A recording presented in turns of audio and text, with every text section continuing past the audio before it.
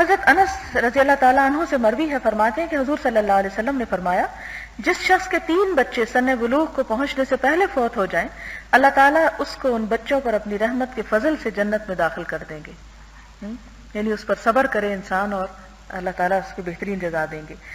حضور صلی اللہ علیہ وسلم نے فرمایا تم میں سے جس شخص کے 3 بچے فوت ہو جائیں اس کو آگ نہیں چھو سکے گی مگر اسی قدر جس سے قسم پوری ہو سکے. قسم پوری ہو سکے سے مراد یہ ہے کہ قرآن پاک میں آتا ہے وَإِن مِّنكُمْ إِلَّا وَارِدُهَا، تم میں سے ہر شخص کو پل صراط سے گزرنا ہے. اور پل صراط کیا؟ جو جہنم کے اوپر نصب ہے. تو اگر کسی شخص کے اعمال ایسے خراب ہیں تو اگرچہ اسے جنت میں لے جایا جا رہا ہوگا لیکن اس کی لپٹیں اس کو وہ قسم چونکہ اللہ نے فرمائی اس لیے پوری کی جائے گی. حضرت ابو سعید خدری رضی اللہ تعالیٰ عنہ سے مروی ہے، فرمایا ایک عورت حضور صلی اللہ علیہ وسلم کی خدمت میں حاضر ہوئی اور عرض کیا یا رسول اللہ صلی اللہ علیہ وسلم مردوں نے آپ کی احادیث حاصل کر لیں، ہمارے لیے ایک دن مقرر فرمائیں جس میں ہم آپ کی خدمت میں حاضر ہوں اور آپ ہم کو اس کی تعلیم دیں جو اللہ تعالیٰ نے آپ کو علم عطا فرمایا. آپ نے فرمایا فلاں فلاں دن تم اکٹھی ہو جانا.